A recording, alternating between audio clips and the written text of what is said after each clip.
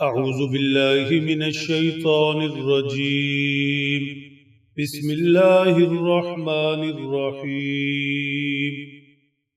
يا أيها الذين آمنوا لا تحرموا طيبات ما أحل الله لكم ولا تعتدوا إن الله لا يحب المعتدين.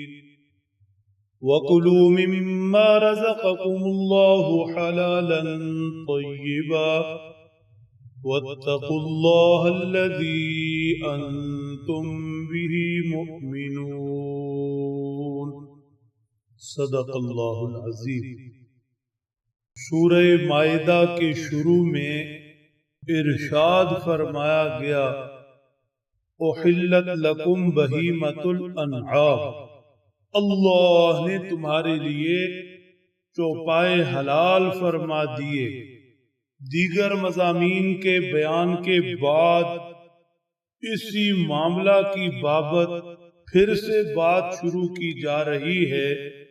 چنانچہ اہل ایمان کو نصیحت کرتے ہوئے ارشاد فرمایا یا ایھا الذین آمنوا لا تحرموا طیبات ما احل اللہ لکم ولا تعتدوا. اے اہل ایمان، اللہ جل شانہ نے تمہارے کھانے پینے کے لیے جو چیزیں حلال قرار دے دی ہیں انہیں حلال طریقہ سے کھاؤ پیو استعمال کرو، لیکن کسی کو یہ اختیار نہیں. اللہ نے جو چیزیں حلال فرما دی ان چیزوں کو خود پر یا کسی پر حرام قرار دے دے. لا تحرموا طیبات ما احل اللہ، ان پاکیزہ چیزوں کو جو اللہ نے حلال فرمائی حرام قرار مت دو. مثلا نصارہ کی طرح رہبانیت میں کوئی مبتلا ہو جائے. نصارہ کے راہب کہا کرتے تھے ہم پر یہ چیز بھی حرام، ہم پر وہ چیز بھی حرام، ہم کھانے پینے کے لیے نہیں آئے، ہم تو صرف عبادت کے لیے آئے ہیں. انہوں نے حلال کھانا پینا بھی خود پر حرام قرار دے دیا تھا. ایسے مت کرنا. یا پھر حلال چیز کو قسم کے ذریعے خود پر حرام قرار دے دو. کسی حلال چیز کے متعلق کہو اللہ کی قسم میں دودھ نہیں پیوں گا. ایسے مت کرنا.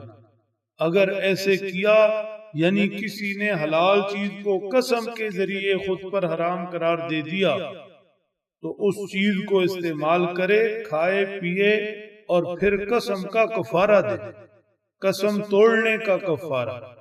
لا تحرموا طیبات ما احل اللہ لکم، حلال چیز خود پر حرام ایسے بھی مت قرار دینا کہ کسی چیز کو شرعی طریقے سے ہٹ کر ذبح کرو. وہ حلال چیز بھی تمہارے فعل سے حرام ہوئی، ایسے مت کرنا. ایسے بھی مت کرنا حلال چیز غیر اللہ کی نظر و نیاز سے خود پر حرام قرار دے دی. دوسرا حکم فرمایا لا تعتدوا، حد سے تجاوز مت کرنا.